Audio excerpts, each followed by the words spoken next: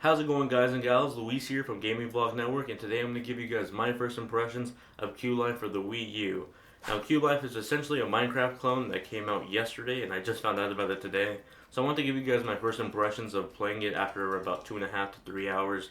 Now, these are just my first impressions, but if you guys want a full analysis and review of the game, let me know in the comment section below and I'll make that happen. So you can currently purchase Cube Life right now in the United States for $6.99 on the eShop. And it's pretty much just Minecraft on the Wii U with some gameplay changes. In terms of gameplay, it plays essentially very much like Minecraft. Everything that you know from Minecraft is essentially in the game, but there's a couple of modifications in order for the developer not to get sued by Mojang. For example, you're going to find different items and different tools as compared to Minecraft to Cube Life. So you can find mangoes and coconuts and different items that will help you do essentially what you already do in Minecraft, but just different types of items. Now, when you first start off this game, you'll notice probably my own personal grief with this game, which is the loading times. When you just start off the application right from the Wii U menu, it starts off by saying, "This is Cube Life." And it's this deep voice that just keeps playing over and over and over until the game actually gets off the splash screen and actually loads the game. Now, once you're actually in the game itself, there are a lot of loading times. When you start off the game, there's a loading time. When you create your own world, there's a loading time. Once you're actually within your own world, the gameplay is pretty quick. Although, think about it like this. When you're playing PlayStation 3's Minecraft or Xbox 360's Minecraft, you sort of have this contained world where if you get to the end of the world, there's sort of like a point where blocks just don't load anymore. It's a very limited world. In Cube Life, that sort of happens as well, but when you get to the end of one world, you can continue on further and it'll load up like another section of the world, sort of like a different location within the map. These loading times are about 45 seconds long. They're pretty hefty in terms of load times, but it does spread out the world more and more. Now, I have to say the gamepad is used really well in this game in terms of what you see on the gamepad. It's just a mirror of whatever you see on the TV, and that's actually a good thing in this essence because you could entirely play Cube Life with your TV or just on the gamepad itself. And the gamepad use is just done really well.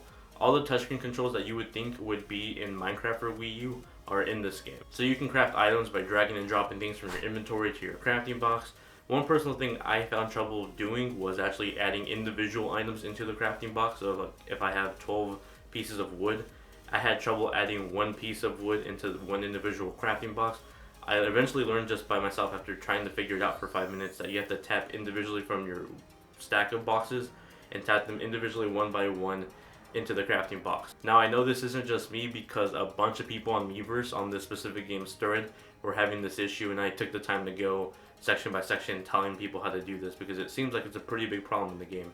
It doesn't really explain it to you. Now, there is a sort of tutorial in the game. When you start off the game, you spawn in this really small island and your main character's voice sort of explains what you should be doing, like, hey, maybe I should craft a pickaxe or I should craft a crafting box. So in that essence, that's pretty much the entire tutorial in Cube Life. In terms of graphics, Cube Life isn't the most amazing looking game, but in respect to that, neither is Minecraft. But Cube Life is sort of a lesser version of Minecraft in terms of graphics. It doesn't look as beautiful. One thing I did notice is that in the water, there's actually sort of like a reflection effect that whatever you see in the sky is slightly reflected onto the water, and that's kind of a cool effect until I actually want to go fishing and I can't see any fish because there's a glare of the reflection there. And I have to go underwater to actually go look at whatever is right underneath me or right there in front of me. In terms of camera controls and movement with your two analog sticks, it doesn't feel that bad. It just doesn't feel as smooth as Minecraft's own controls. Another major difference between Minecraft and Cube Life are the mobs or the monsters you see in the game.